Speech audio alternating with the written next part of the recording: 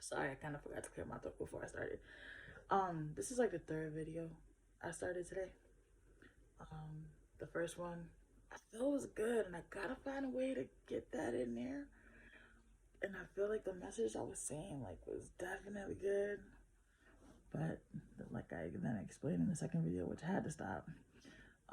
Steak decided she was gonna just pee on my rug, without no warning or anything. So I had to nip that in the bud real quick. But if my memory is gonna serve me pretty good about what the first video was, and trust me when I tell you my memory is not always there. I have a good memory, but if that ADHD or whatever else starts to kick in, that memory turns into non-existent pretty much, I guess you can say, but not really. Like, I'll remember, but it'll take me a really longer time to actually remember. But that's neither here nor there. I don't really think y'all really care about that.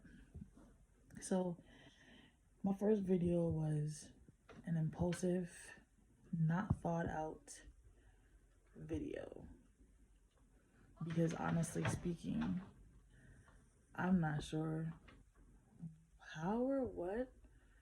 I mean, I know what I want to accomplish with this page, and I know what my goal is. Let me rephrase that. I'm just not sure how I would like to get there, or the final goal, I guess you could say. But so these videos are gonna come with whatever I may be dealing with, or whatever I feel like may need to be thrown out there, I guess you could say.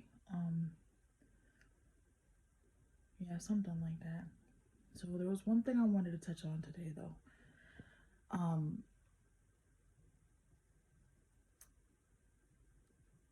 Sorry, I just got a message from my friend and it was funny. She's actually in labor. And for those who are Spanish, Feliz Dia de los Reyes. I celebrated with my kids, which is Three Kings Day. They actually love it, and I'll be honest with you, I feel like they look forward to it more than they do for Santa Claus. But so she's supposed to be giving birth, and I was like, oh look, it's gonna be a Christmas baby, like my Christmas baby.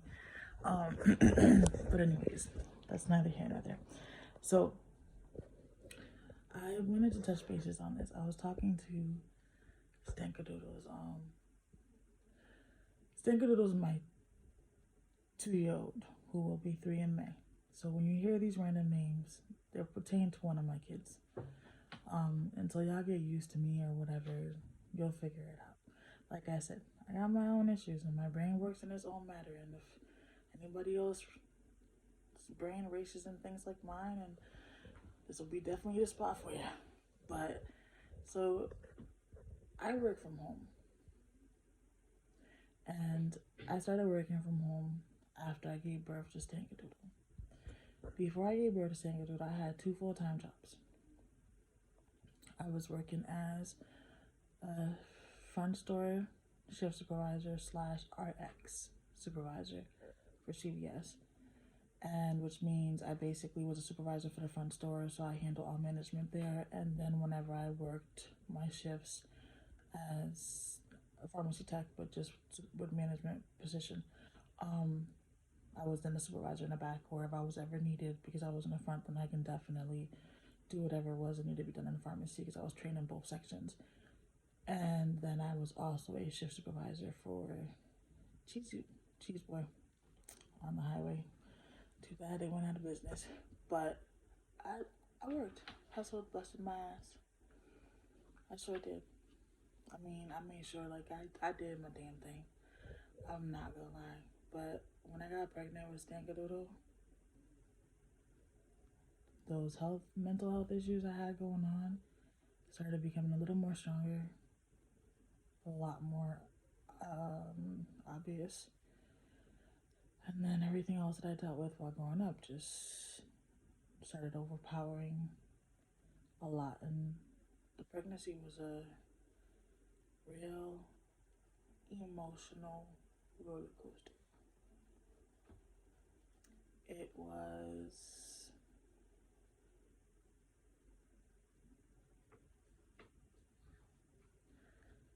it was a crazy pregnancy. That was crazy. By the time I was pregnant, I was only working at CVS because Cheese Boy had went out of business, and I quit a little before they went out of business. But yeah, so I went through a lot emotionally. I feel like I was dealing with her personality and mine, and I felt like her attitude was strong, and it made it a little harder for me to deal with people and have the patience for people or have the desire to even be bothered with people. Like, I knew I had to go to work because I knew I had to now feed an extra mouth, and I was already not making ends meet, and my living situation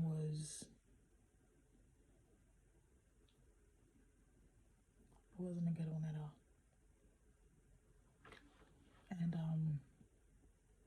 yeah, so fast forward, I gave birth. Fast forward, I moved for my own, I'm going to say safety purposes. I'm not going to say where I moved to because I did up and leave from 2 other situations that were not the best for me. So I would just say I moved. Not in the same state. I'm pretty far away. I needed to let go and remove myself as far away from the problem situation as possible. It was to the point where I really wanted to do some harm. Not harm to someone else, but also to myself. So it's time to go. So we end up moving.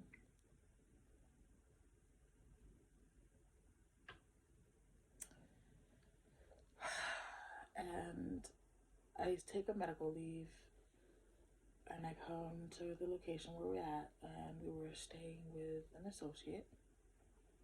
I'm trying to get on my feet, and mind you, this move was done in August 2018. Stankadoodle was born May 23rd, 2018. So she was shy from me in 4 months. I wasn't working. I was really dealing with some serious postpartum depression. Then I had things going on with Stankadoodle's dad, and then I had things going on with Lionel's dad, and then I had things going on with the person who gave birth to me. So it was a lot, and mentally I was trying to hold on to a lot. So I'm surprised that this little girl is as happy as she is, because I really thought she was going to be a serious, emotional wreck baby because of all the crap I had to deal with. And then I even had the flu when I was pregnant with her. But, yeah, so that's my baby. But she decided to interrupt my video. So I'm just mad because I was the topic was good, you know? The delivery was good. I was all into the video just for her to just mess it up. And then I was real comfortable. I was in the bed where I am now, just real comfortable just talking. I kind of forgot I was talking to YouTube. I thought I was just, chopping it up with somebody. But anyways, so I work from home. And ever since I gave birth to Stank and I moved down here, and I was basically kicked out of where we were staying at overnight. And we were forced to go stay at an extended stay and figure out how basically we were going to come up with income that we didn't have. No? I was about to say something so rude. No, Lynette, no. Be nice. Be nice. God gave me a lot. He gave me a lot. But I know he had faith. And I know he knew I could do it, but he gave me a lot. He gave me a lot. So anyways, so she, working from home, unless you have a bachelor's, which I'm still not done yet. I have a year and a half or 2 years to get my bachelor's. But with what I got going on with the kids and everything else, it's really hard for me to focus on school. And I know if I do it will give me a chance and open so many other doors, but so much easier said than done. But anyways, so she was just like, hey Lynette, why don't you think about applying for Amazon jobs? And I was like, and how am I gonna get there? And who's gonna wash the llama? Because you don't like, I went in on the questions, but at that moment she made me realize something. For parents that are not in the same shoes as me, they don't get it. It is easy to say, hey, like, why don't you do this? Cool. I mean, why didn't I think about that? Like, Louise, really? Man, it was just so simple. And that just made it so complicated.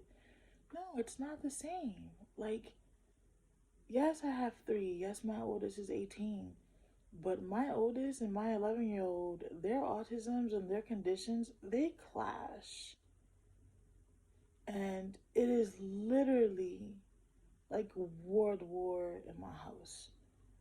From her screaming at him screaming back at her, and because his autism is the defiant type, he defies everything you tell him. Even if he done got caught with his damn pants down, a hand in a jar, whatever the metaphor you want to think about, he will deny, or mysteriously, just, out of nowhere, poof. Poof. Just like that. And they'll go at it, and then it leaves my poor little 2-year-old in the middle, and all you hear her saying is, hold it, wait a minute, because she wants him to stop. Then his condition got stronger, so the tantrums and the rolling on the floor and the screaming and the peeing in my damn living room, like, there's a lot. So yeah, it's easy to tell me, hey, why don't you go get this job at Amazon that can get you $900 weekly? Awesome. It'll financially, give me the financial mental freedom. But will it provide me my family, kid safety, mental freedom? No. Because my phone will be blowing up with Biv about to kill him, or Biv about to kill herself because she's suicidal. Biv was my oldest. Because she's suicidal, and then it triggers her conditions and her depression and her anxiety and her PTSD.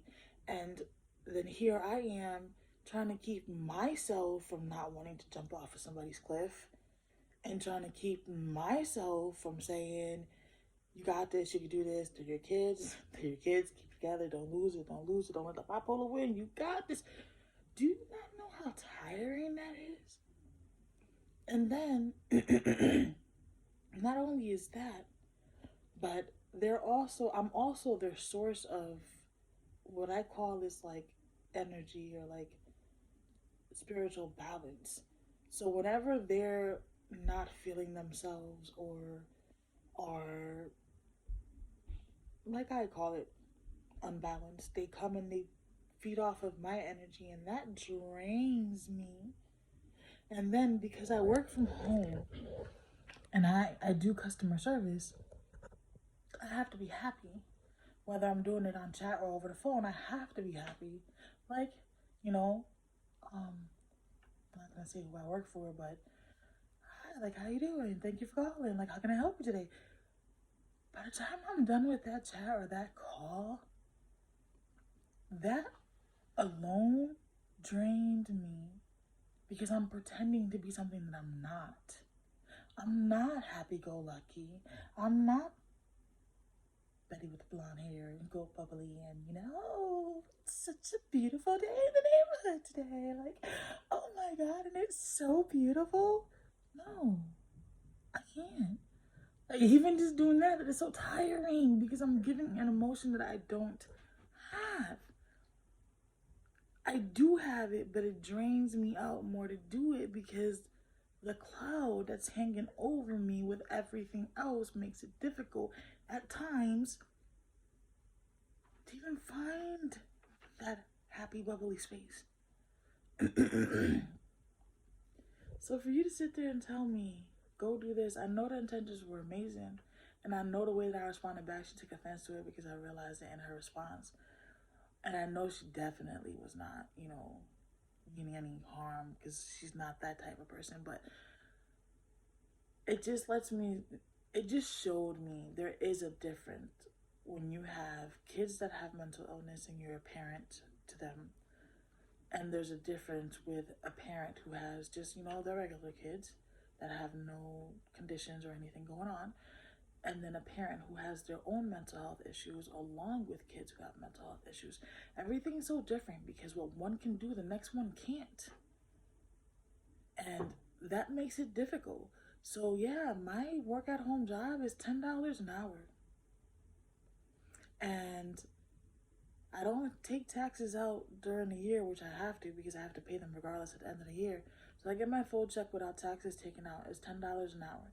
And in order for me to make ends meet right now, which is why I'm doing the whole budget thing with the budget mom, the life and envelopes, life in an envelope, I think it is. I always forget her darn name.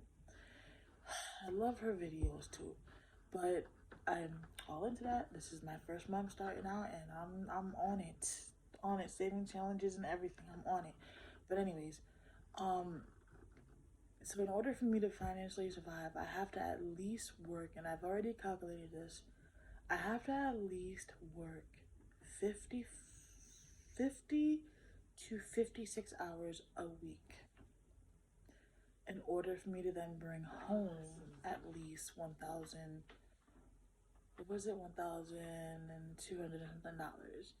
My rent is $1,051.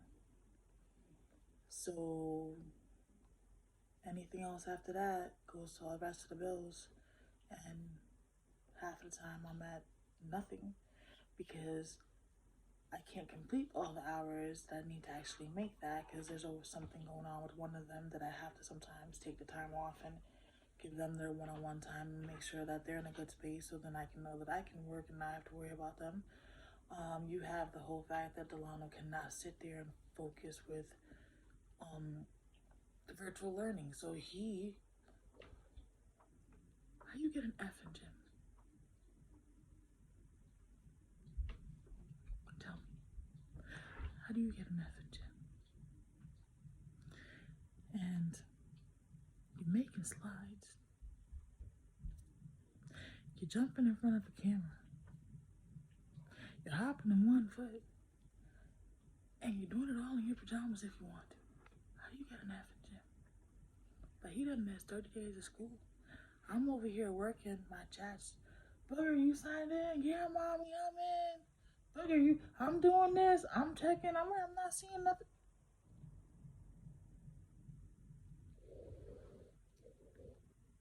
That's a whole nother story.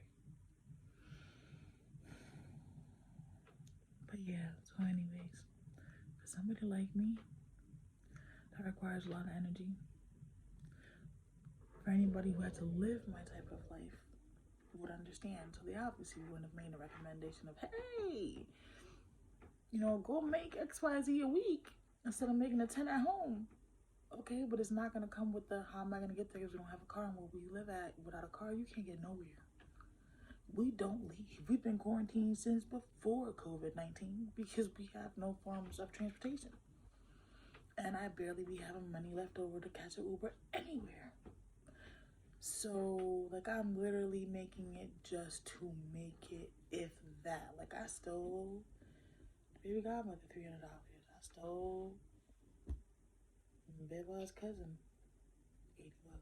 I stole Uncle Mervin $30. And I'm trying to budget in to figure out how I'm gonna get to pay that back because they saved me when I was short. But yeah, I can leave and go make that amount of money. But there's no guarantee that I'll be keeping that job because I'm gonna flip the moment anything triggers me. The moment they call me because something's happening with them, I'm gonna have to leave. I can't do that. And then I don't want Esperanza. I don't want Bella to be the one having to be full-time responsible for Lyrical because I'm somewhere else working. By me working from home, I'm still responsible for Lyrical as well. Like, I guess, but it just made me notice how parenting is so different for those who don't deal with it. And when I'm talking about mental health issue, I'm not talking about because of COVID. Okay, there's a difference, and I'm sorry. I said this to her too when she mentioned something else. I'm not talking about mental health issues because of COVID, because you have to stay home and it made you depressed, or yes, that happens.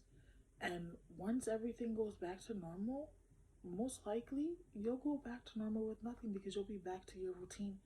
I won't. This is me before COVID, and this will be me after COVID. I will still have to deal with the same things I dealt with before COVID hit. And I will have to continue to deal with it until the day I die. And it's a hard struggle to keep yourself alive so you don't die. Just to then wait till you get there, whatever. But yeah. So I thought I wanted to bring that up. If you guys have any friends that have special need kids, or friends who have mental health issues, or they seem like they got something going on even though they haven't confided in you about it, hey, don't just brush off that advice like you would give it to anybody else. Think a little deeper about the advice you're going to give. Is it going to make sense? Is it going to match them and their situation? Will it actually help them instead of triggering them? Because for me, it's a trigger. And the reason why I think it's a trigger, because mentally it makes me feel like you're not listening to me. What part of my situation don't you understand? You've seen me go through it. But like I said, no, she didn't mean it that way. But that's just the way my brain looks at it. And then my OCD starts to bother me. Like, I just didn't have to tell myself, chill, breathe, you love her, you love her, you love her, you love her, you love her. Like, hello. It's hard. It's hard. But please, if you have friends who have things going on, just be mindful when you give advice. Like, you're not giving it to Bobby down the street. No. Giving it to somebody who needs a little more in-depth help or guidance or response, because they may actually be asking without making it seem as serious as it may actually be, because they're trying to downplay it, but they need the advice, and it's crucial that it be the correct advice. Bella, go check if the food came. Okay. But yeah, I wanted to touch bases with that. Like, I love her, but the advice was, I was just like, so I'm trying to save to get a car because we can't even, like, going to the grocery store is a pain in the butt. Like, it's a struggle.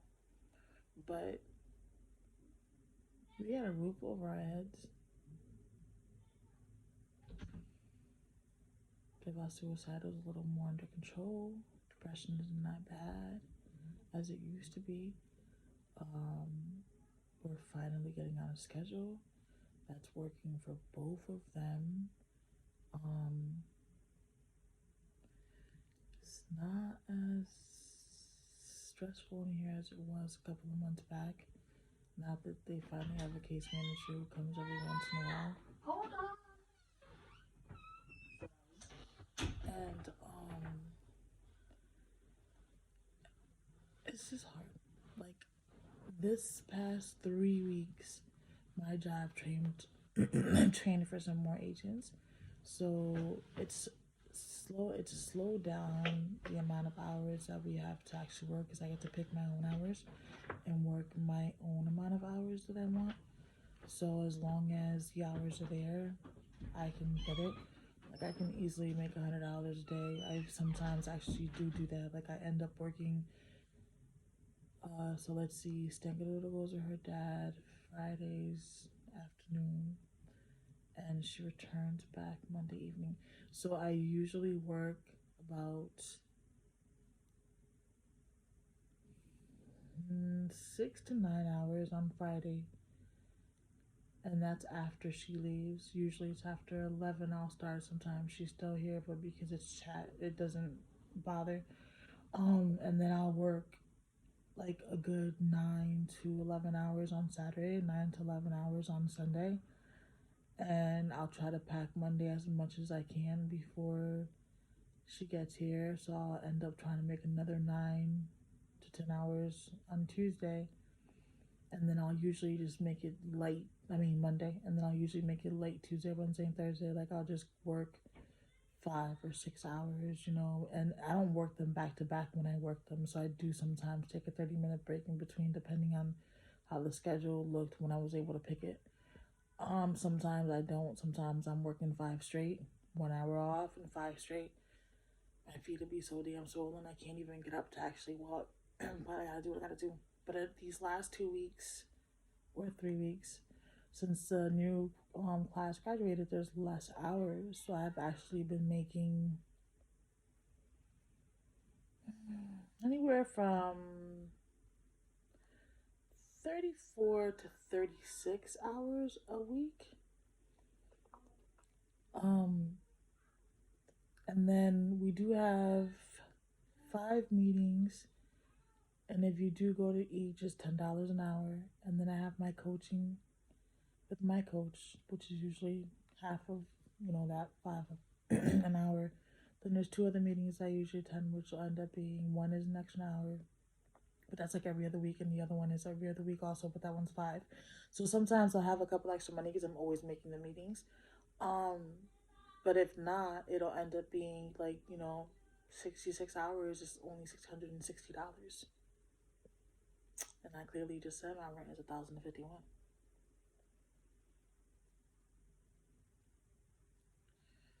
So I've been able, the point to all of that was that I've been able to spend a little more time with them, which I haven't been able to spend because I was really killing myself. But when it comes time to pay everything, I'm not sure if I'm going to be okay, which is why I'm starting to do the whole budget thing. But they need a little more time with me. So being able to work from home gives me the opportunity. If I was to go work somewhere else, I would see them less because of how long it's going to take me to have to leave the house just to make it to where I'm going. Like, I would barely be home, and I can't do that to that. I can't do that to them. It's just not cool. If I'm making ends meet now, then I don't care being somewhat uncomfortable, especially because I have a couple of game plans and ideas to maneuver my financial means. That's why I said that this year I feel like it's gonna be one of my best years. But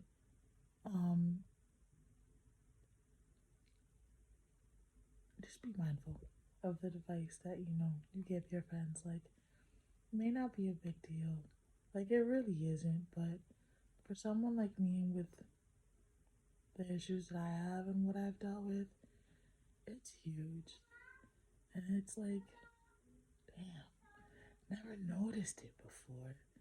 Like, now I get why I used to get so snippy and snappy, and now I understand. Like, getting to learn me a little bit more, but it's been a hard road, and it's been a hard road for my kids. It hasn't been easy, and I just hope that my journey helps others. And I really do want to be able to create a support group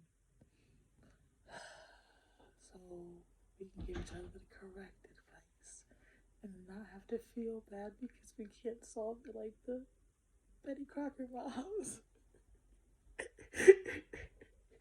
Oh my god. I don't even know why I came up with that. But anyways, my stinker-doodle is dying to spend some time with me. I did order the kids some pizza, so I'm about to give them a little bit of time. Probably gonna watch a movie with them before I KO. Let me know what y'all think. I still don't know exactly where I'm going. Just rock with me, ride with me. If I have people you feel that can benefit from this, most definitely pass it on, because know what it's like to have a lot on you. All the way from growing up. It could be a good listening ear to you. I've learned to just, I don't gotta tell you nothing. I could listen all day, every day, because sometimes that is all people need. They don't need you to say anything. They just need to know that there's somebody there that listens and cares, doesn't brush them off. And for me, my YouTubers, I guess you guys are gonna be the y'all care and don't brush me off. Y'all listen. You don't have to subscribe if you don't want to. If you like the video, awesome. If you do subscribe, thank you. But if you know people who can benefit, again, that's really what I am here for. I do have a Facebook, same name as a page, Life as a Single Parent with Mental Illness. I also do have a blog on WordPress. And I've also created an Instagram because I am serious about wanting to help. I've created an email address. I've posted it as well. Shoot me a message. We need to talk, not a problem. We can WhatsApp. Listen, I'm here. I understand. I have two of my own, and I have to keep myself sane. And the thing is, I'm going to tell you as blunt and honest as I've told other counselors and other people, if God didn't bless me with my 18-year-old, I wouldn't be here right now. And I can look you straight in the eye and tell you that. There wouldn't have been no baby, no baby, no baby, because I wouldn't be around to have them. Straight up, just like that. So God knew what he was doing every single time he didn't send me a child. That's exactly how I'm going to put it. And again, I have an 18-year-old, an 11-year-old, and a 2.5-year-old. And every time God blessed me with one, he knew exactly what he was doing. So that's why I'm trying to create a support group for others, because unless you live it and you deal with it, you really don't understand it. You may think it's easy and it's not, and we may make it look like it's easy, but it isn't. So please be mindful, and thank you for watching.